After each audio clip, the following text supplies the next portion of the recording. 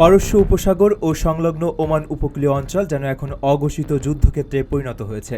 মধ্যপ্রাচ্যে চলমান উত্তেজনার জেরে যুক্তরাষ্ট্রের নৌ অবরোধ এবং বাণিজ্যিক জাহাজগুলোর উপর একের পর এক মার্কিন হামলায় পরিস্থিতি ক্রমশ ভয়াবহ রূপ নিচ্ছে। গত কয়েকদিনে ওমান সাগরে অন্তত ৩টি বাণিজ্যিক জাহাজে ক্ষেপণাস্ত্র হামলা চালিয়েছে মার্কিন সামরিক বাহিনী। এসব হামলায় এরই মধ্যে ৩ ভারতীয় নাবিকের মৃত্যু হয়েছে। বেসামরিক জলযানে এমন প্রাণঘাতী হামলার ঘটনায় ভারতসহ আন্তর্জাতিক অঙ্গনে গভীর উদ্বেগের সৃষ্টি হয়েছে। পুরো মধ্যপ্রাচ্য যখন সামরিক উত্তেজনায় কাঁপছে, তখন ব্যতিক্রমী এক শান্ত ও মধ্যস্থতাকারী ভূমিকায় অবতীর্ণ হয়েছে ওমান।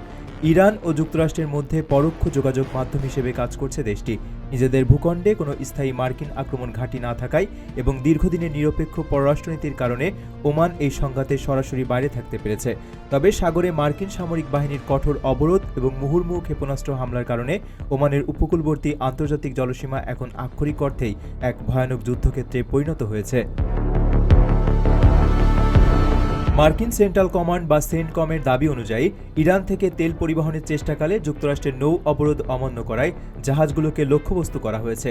সবশেষ ওমান সাগরে এমটি জলবীর নামের একটি গিনি বিসাউয়ের পতাকাবাহী তেল ট্যাঙ্কারে মার্কিন যুদ্ধবিমান থেকে 2টি নিখুঁত লক্ষ্যভেদী হেলফায়ার ক্ষেপণাস্ত্র নিক্ষেপ করা হয়।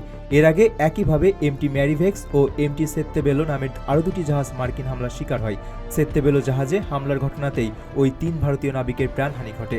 হামলার পরপরই জাহাজে আগুন ধরে গেলে ওমানি কোস্টগার্ড ও নৌবাহিনীর দ্রুত উদ্ধার অভিযানের ফলে অনেক নাবিককে অক্ষত অবস্থায় উদ্ধার করে সিনাস ও খাসাবের বন্দরগুলোতে সরিয়ে নেওয়া সম্ভব হয়েছে।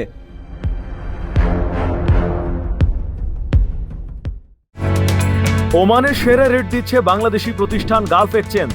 প্রিয়জনকে টাকা পাঠাতে আজই আসুন আমাদের যে কোনো ব্রাঞ্চে অথবা কল করুন স্ক্রিনে দেয়া নাম্বারে। গালফ এক্সচেঞ্জ, বাংলাদেশিদের প্রিয় এক্সচেঞ্জ।